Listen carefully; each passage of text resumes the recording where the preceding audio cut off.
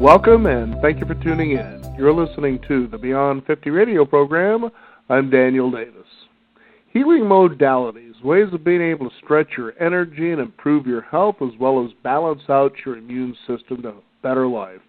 We always try to find the right things that are non-invasive. Maybe avoiding prescription drugs, needles, things that just don't make you feel very good at the very end of the day.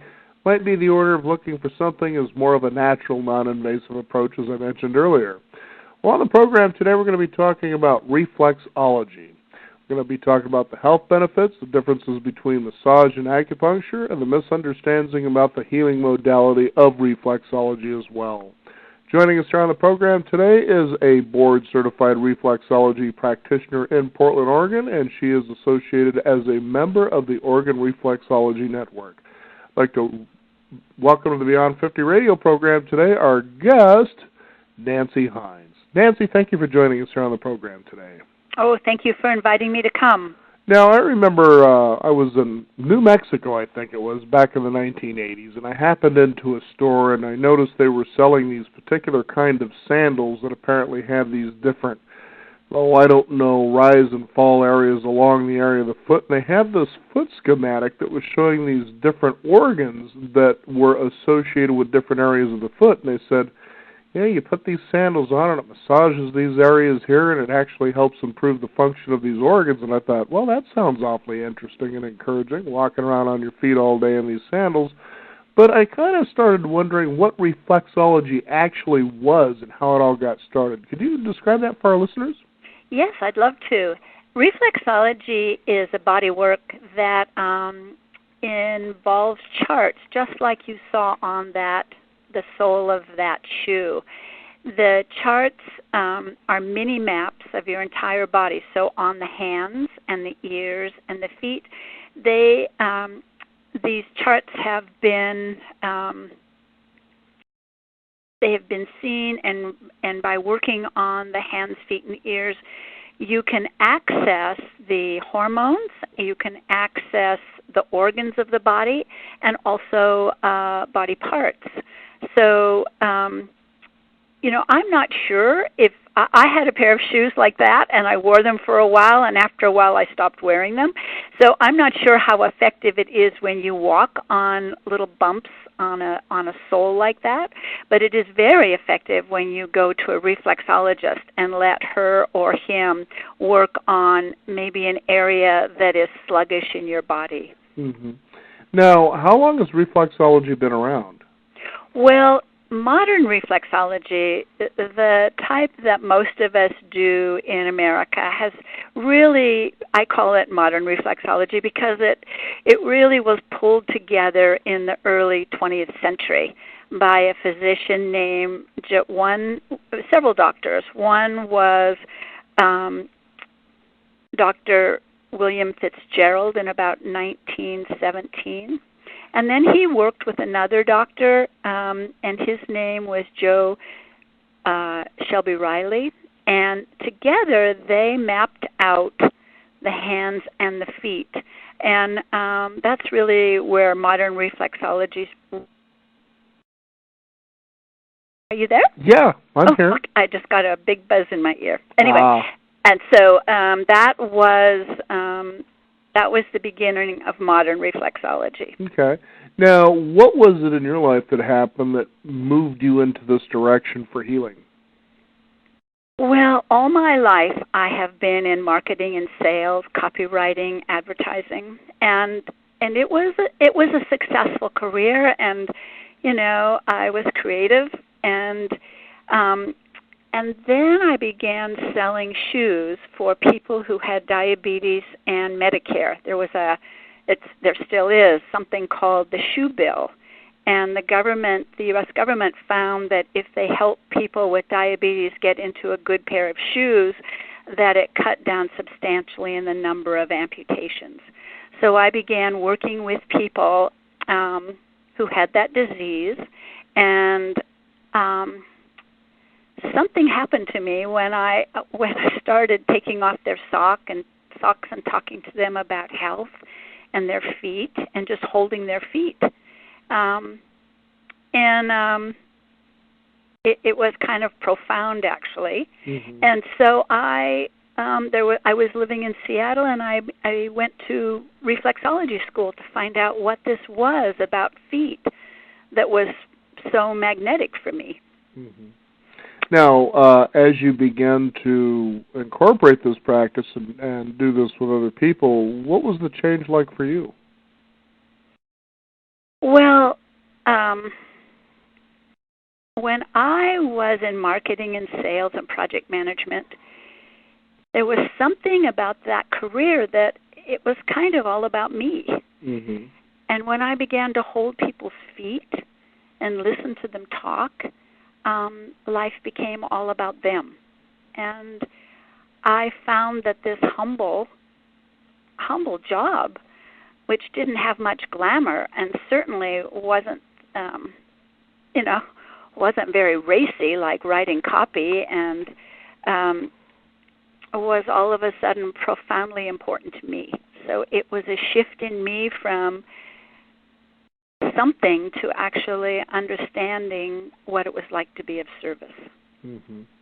Now, reflexology can be one of those things. You take a look at mainstream allopathic medicine, and they tend to take a look at anything outside of the box, I guess, of how they practice and think, well, this is maybe not effective, or it could even be considered nonsense. But the truth is, it's actually helped people. You've helped a lot of people with particular things. And so what would you say to something like that?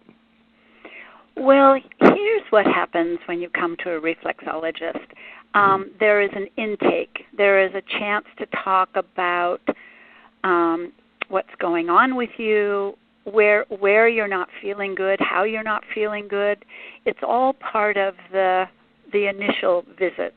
And when people come to me, whether they have sinus problems or digestive problems, reflexologists know all 9 body systems. So I know on the foot where the sinuses are, where the reflex for the sinuses are.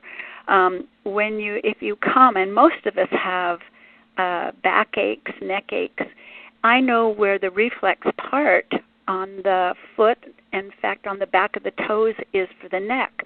So this is a holistic approach to body pain and body aches, but I can work the whole foot and the hands and the ears, and in all 3 places I know exactly where the neck reflex is, and I can work that neck reflex by moving my thumb and my fingers gently up and down over the skin. That really alerts the body to send more blood, and in the new blood that comes, it has nutrition for the soul, for the cells, and so that exchange of more energy in the cell with more nutrition and the carrying away of the toxins, that's all part of the healing process that a reflex uses every day. But it comes from, so that is how we do it. And the reason that people come with so many aches and pains is because they are so stressed. And this is a really good way to de-stress. Instead of being in fight or flight, which a lot of us are just living, marinated in the stress of those chemicals, this is about rest and digest. And so people, when a session is over, many clients will tell her, you can just see in their face, in their shoulders, in their whole body, that their whole body is just let down. And it's a much better place to live. It's a much better place to be from. And Nancy, you're bringing up something I think is so valuable for the listeners to understand, that, doctors try to do a pretty good job. They're in earnest at trying to maintain and improve your health. But the thing is, there are real simple things a person can do that can actually prevent a lot of things from happening. One of the big things you talked about was reducing or perhaps even eliminating stress. Now, I've interviewed hundreds of doctors on this program of all different backgrounds and expertise and the like. And the consistent thing they have almost all said across the board is pretty much all disease begins, or sickness, illness, whatever you want to call it, begins with stress. 97% of these things, in fact, was the average number that came out of each and every one of them. And I thought, okay, well, if it's stress-related, what then do we do about stress? Well, first of all, you take a look at, well, where does the stress coming from? Is it stress on the body from the kind of food that you eat? Perhaps you improve your diet, Is it stress because you go to perhaps a job that you really don't enjoy doing very much, but you got to pay the bills? I'm sure there are a lot of people that listen to this program today say, yeah, that sounds like me. And certainly that's what we try to address in many different ways. Well, discover yourself and find out what that is and get out there and figure it out. Live your passion. Perhaps you're in a relationship that isn't working. Well, is there a way that you can improve that relationship, or should you move on? But the bottom line is, you take a look at some people that may not fit some of that criteria, and they think to themselves, well, one of the stressful factors could be being lonely. And we have probably heard at one point or another that if a baby lays in a crib without touch, without anybody interacting with it, eventually it just dies. And I found that, pretty profound to know that, so that we're actually made to be in contact with other human beings. Okay. Now maybe there's that rare case where there's that person who's alone, that enjoys being by themselves, but it's very rare. So you take a look at something like going to a massage therapist maybe once a month. Not a whole lot of money is involved there. It doesn't have to be that frequent, but at least that, at least maybe once a month. Or go to a reflexologist, somebody such as you, where, it seemingly seems like a foot massage, but you're going to detail a little bit more about how it's differing from a foot massage or acupuncture. But still there's that idea of the human touch and the human interaction. I would think that would be worth going just for stress reduction and prevention, more than anything else, and, that it might just improve your life and reduce the possibility of sickness. Well, touch is a very important part of what we're doing here, and it's touch with consciousness. The reflexologist is paying attention to the areas of the body that he or she is working. By working, it's called integrative reflexology. By working on the hands and the feet and the ears all in one session, you can it multiplies the effect of the de-stressing. And that's why I always talk to the client, and my fellow reflexologists do the same, about what's going on, what has changed in the last month. And then there are places on the foot that we actually just hold. The solar plexus is the reflex right under the diaphragm, that I have watched people just kind of go, that all's right with the world when you hold that space. The other thing people can do with reflexology is, in Oregon, I don't want to get ahead of myself, but we can learn how to do this for each other. Mm-hmm. So that it's a wonderful way to for couples to touch. It's safe touch. It's something a teenager will let you do when they really want to say, "Mom, don't touch me, don't hug me." But they do like their feet. Once if you show them by, when they're little how good this feels, then they will let you do their feet all through those hard teenage years when they do need to be touched. Mm-hmm. I'm teaching a class at PCC right now, and it's couples reflexology, and it's also reflexology to teach people how to help themselves and help each other. We can do this when you come to a reflexology session. The reflexologist can show you on your hands particularly. Sometimes it's hard to get to your own feet, but on your hands, when people have sinus headaches or allergy problems, I show them how to work up and down on their fingers. This is definitely something we can learn to do for ourselves. It feels better when somebody does it for you because you can totally relax, but we can do this for ourselves. Mm-hmm. And I remember many years ago, I think I was a teenager, and I was watching a program that talked about how you can relieve headaches by massaging an area between the index finger and the thumb. Mm-hmm. Yeah. And I thought, well, this is kind of interesting, and that was when I first began to be exposed to things like Eastern ways of healing, for instance, acupuncture, as I was talking about earlier. How does reflexology and massage differ reflexology differ from massage and acupuncture? Well, I think one of the really big things for reflexology is you do not get undressed. So you either sit in a zero-gravity chair or lay on a massage table. And for me, it's always a big stressor to get undressed. So right away, I'm covered and I'm cozy with a blanket on top of me. The other thing that reflexology does is it works on the nerve endings. So on the feet, there are 7,200 nerve endings in each foot. So that is our focus. The massage therapist works on muscles, and the acupuncturist works on meridians. So each one has their own training, and each one has their own focus. But for a lot of clients who come for reflexology, they like the fact that you don't have to get undressed. Well, I know myself. I felt always a little stressed when I had to take my clothes off in front of the doctor. Yeah, exactly. I think that's an interesting point, too, as you were mentioning it. Now, the funny thing about, this is that it tends to yield results for people that I would think they didn't expect. Do you usually get that kind of experience when you work with people? Well, I do, and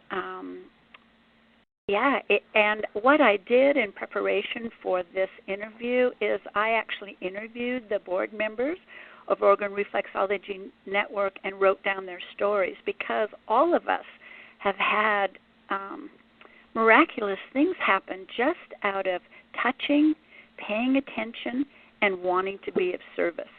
So can I share a few of those stories with you? Yes, please. Okay. Well, here's one that happens a lot, and it happens during pregnancy. In England, there are, in Denmark, in fact, in Denmark, there are more reflexologists than massage therapists or acupuncturists. So around the world, reflexology is used much more and is known much more. But in England, women go to the reflexologist once a month, and it's all part of their health. And at the end, they go every week, and it's all part of getting ready for the birth process. But many of us have had reflexologists, pregnant women come to us in those last days when they're about 39 weeks pregnant and just can't stand it another minute. And several of the reflexologists told me about helping women get ready for the birth process, about working on the uterus touch point and on the diaphragm so that baby moves down and you can get a little bit more air. A lot of times women will come and it'll be their last good sleep before they go into labor. So pregnancy is a great time for reflexology. I had one reflexologist tell me that she had gone to meet a man who had ALS, Lou Gehrig's disease. And the man's head was down. They had kind of strapped him up so he could have his head up, but he was drooling. And she worked on him every day for about 3 days, and it was amazing that he could then hold his head up and he stopped drooling. And this is a terminal disease, just like cancer is sometimes terminal. And the reflexologist was able to work with him so that he could again gain his speech, and he was able to walk and move around, things that he had not been able to do. It sounds too good to be true, but there are No, not on this program. Okay. We want it to, because a lot of our listeners have come to understand through our broadcasting that as we bring things like this in that may seem relatively new to some people, perhaps they've heard the word reflexology but never really looked into it, But when they come, they realize there are times that I'll incorporate something like that with a mainstream doctor, and I'll say, this is what I was told about this. What are your thoughts about that? And you'll find it's interesting how they sometimes will support it in the most unique ways. For instance, as we described earlier, as I understand, this was what a doctor might say, reflexology helps reduce stress. Since it's non-invasive, it's basically touch, I can't see anything wrong with that. I could see how perhaps this might support a sort of way of healing that I might present to somebody, and they can do this as a compliment, to what I'm doing. I don't see any harm with it. So basically, when you say too good to be true, the fact is, whatever way helps somebody achieve the goal or get to where they want to be when it comes to their health, hey, go for it. Yeah. Well, reflexologists have told me that they have helped people disappear their migraine headaches in an hour. People come with pains. There's one reflexologist told me that her client had surgery. She'd had chronic pain for 10 years, and after the first full reflexology session, she said, my gosh, this pain is so diminished. Mm-hmm. And she came one more time, and then there was no pain. There was a woman who came who had all of these environmental, nobody could find out what was wrong, but the conclusion was it was environmental. But she came, and her whole demeanor was, her eyes were half open, her posture was very poor, her skin looked shallow, and at the end of the session, she had just laid there quietly. And when I say a session to you, I mean that all the hormones have been touched, that the organs between the lungs, the reflex for the lungs, the reflex for the diaphragm, the reflex for the stomach, the reflex for the colon, everything in the body is touched in a regular session. And so the reflexologist went out to get a glass of water, and when she came back, this client was sitting straight up. Her eyes were wide open, and she was totally changed in that 1 hour. And the reflexologist took that client to the mirror to see what a profound change there was in her complexion and in just the way she was holding her body. Mm-hmm. And that woman continued to come once a month, and and reflexology is cumulative, but that's the kind of, that when people feel hopeless, and I've had a lot of people come and say, I don't know what to do. Do you know what could we try? I've decided, I'll just try this. And the feelings that come back into their body, not just, it's from being touched, it's from being listened to, it's from being with a man or a woman who has been trained to know how to work with the different systems of the body. I've watched people come who are depressed, and I just listen. That is the other thing that a reflexologist does, is she or he listens, and in that listening, a lot of healing happens as well. There was stories about how reflexology gave people who were in cancer treatments more stamina, and the trauma of the chemicals was not as great. I love this story. There was this elderly man had cancer, and when the reflexologist touched his feet, they were stiff as boards, and he was really kind of grumpy, and he was also rigid in his view of life. And he talked to the reflexologist, and all she did really was listen and comfort him. And over the 8 sessions, there was a real change in his feet. She said one day they just felt like butter. And if you've ever tried to work with stiff feet, you know what a change that is. And he Yes, he did die, but he died with so much more peace. And that was reflexology with a woman who was quiet and non-judgmental, so that the man could change. He could hear. Maybe he was hearing himself talk. I wasn't there, but there are so many stories about how to deal with people dealing with reflexologists dealing with chronic pain that seems to lift, and just that makes the reflexology valuable. Well, Nancy, for our listeners, there's a very important insight I think that would be interesting to talk about here, and that is when you talked about this gentleman who had feet that seemed as stiff as a board, that I would imagine that if you could sit inside of this person's body for a day, there was probably a lot of tension within his body. Now, how often do any of us sit for a moment and we realize we're feeling ourselves tensing up somewhere in our body for whatever reason? You could be sitting and watching a movie and it's that. Could be a horror movie and it's that. Right around the corner there's the boogeyman sort of thing, so you tense up.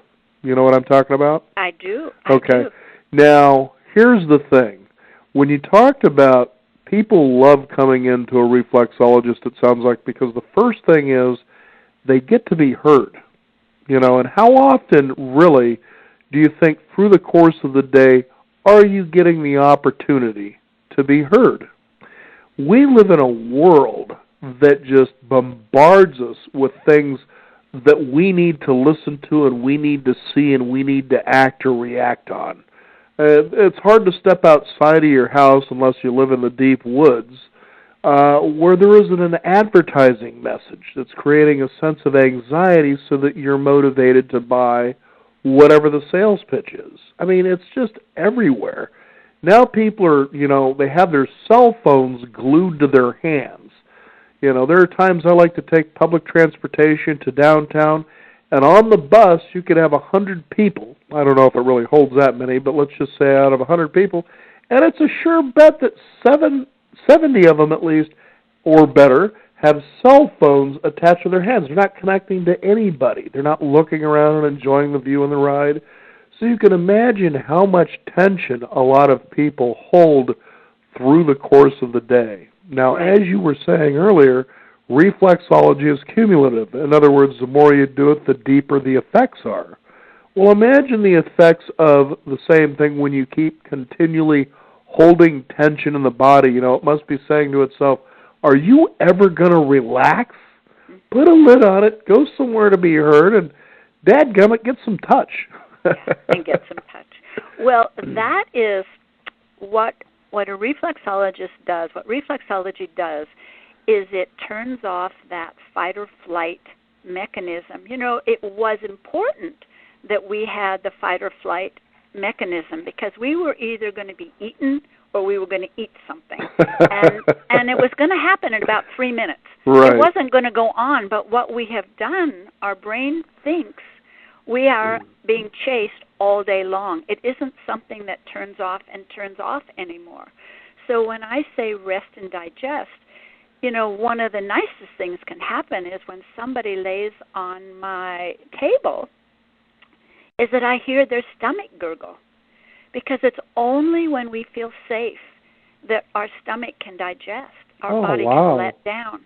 So it's that the blood pressure, blood pressure drops. It is it's that the stomach can start to digest. It's that the muscles can take a deep breath, that oxygen can get into the body in a way that it can't when we're breathing. You know, when we are so tense, we are, all the systems in this rest and digest arena shut down. I mean, we are not interested in going to the bathroom. We're not interested in sex. We are not interested in eating. We are not interested in digesting. We are running like hell. So what we usually do is sit down and watch the TV and just wash our stress away, or at least we think we are, when we're actually adding more to it. Well, because our brain thinks, I mean, it's good to have a roller coaster ride once in a while when you go to Six Flags or whatever, when you know, there is good stress, there is fun stress, But when we live all day in make-believe stress, because we're not going to be eaten. That's the, there is no tiger in the backyard. Mm-hmm. But worrying about the bills, worrying about the traffic, being in bad traffic, worrying about if I'm going to lose my job or if I'm going to lose my wife or I'm going to lose, my house, all of the things that the muscles tense up, the stomach tenses up.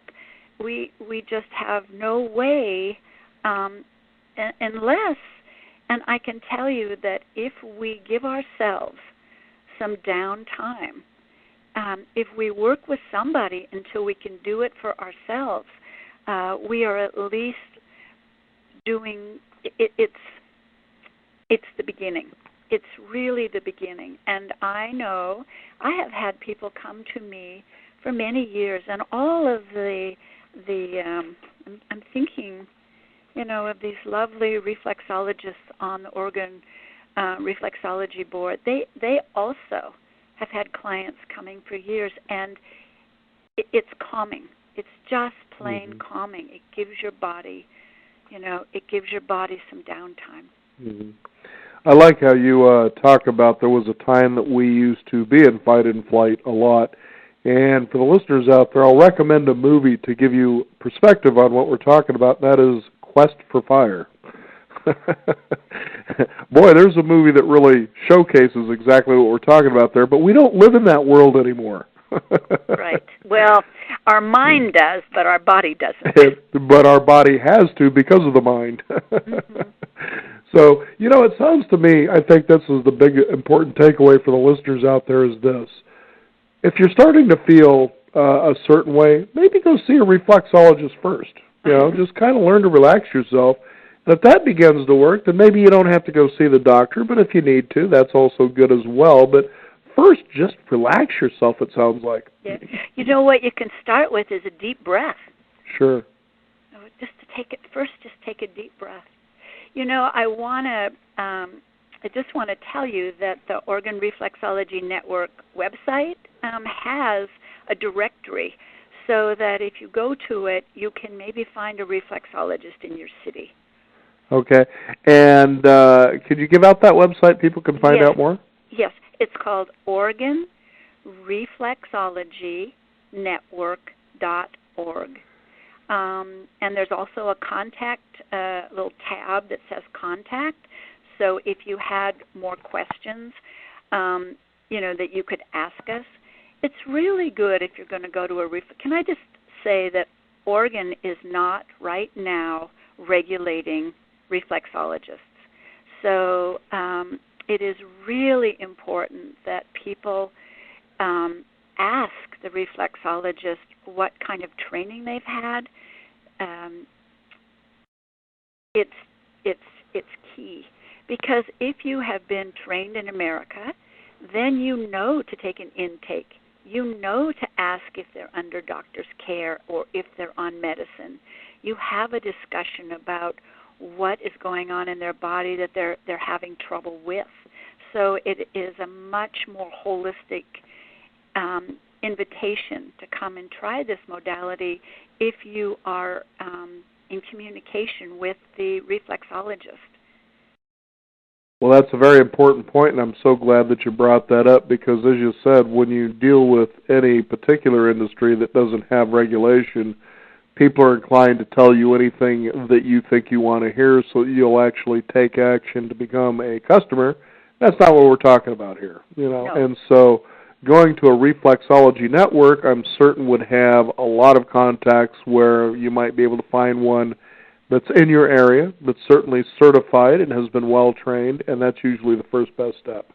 Yes, it is the best step, and that's actually how Oregon Reflexology Network was created. It was because there were new regulations in Oregon. We wanted to raise the bar, and we wanted to bring really good teachers here to help get people certified. One of those teachers is Bill Floco. He comes from Los Angeles, but he's known all around the world.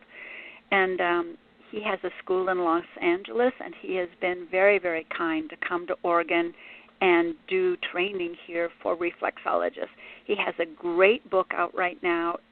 It's The Idiot's Guide. He is not an idiot, but it was a great way to get this book published. And it's got pictures.